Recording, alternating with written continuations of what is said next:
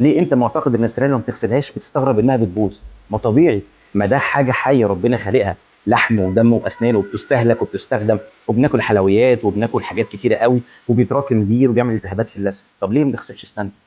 فما يجيش حد مثلا يبقى عنده مشاكل الدنيا والاخره، انا مستغرب والله اسناني بتسوس ليه؟ ما هو طبيعي هتسوس. او مثلا يقول لك اصل انا الغذاء بتاع اسناني مش كويس، اصل انا واخدها وراثه. هو الموضوع مش وراثه، ولا الموضوع مش معتمد على الوراثه اصلا.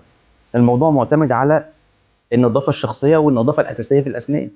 يعني انا ما بتخيلش، بس ده واقع بيحصل، انا مش متخيله رغم اني بشوفه كل يوم، ان ممكن حد يصحى من النوم مثلا ويتشطف وينزل الشغل من غير ما يغسل سنانه. ازاي؟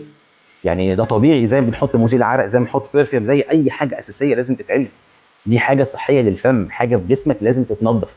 طول ما انت نايم بالليل وكلت ونمت وما غسلتش سنانك، ما هو البكتيريا عايشه في بقك وبتشتغل جامد قوي فتره بالليل، مع تراكم الاكل، مع تراكم الجير. انا بتكلم في يوم واحد، مع التخمر اللي بيحصل، مع روائح اللي بتطلع مش كويسه في الصباح، وتلاقي بقى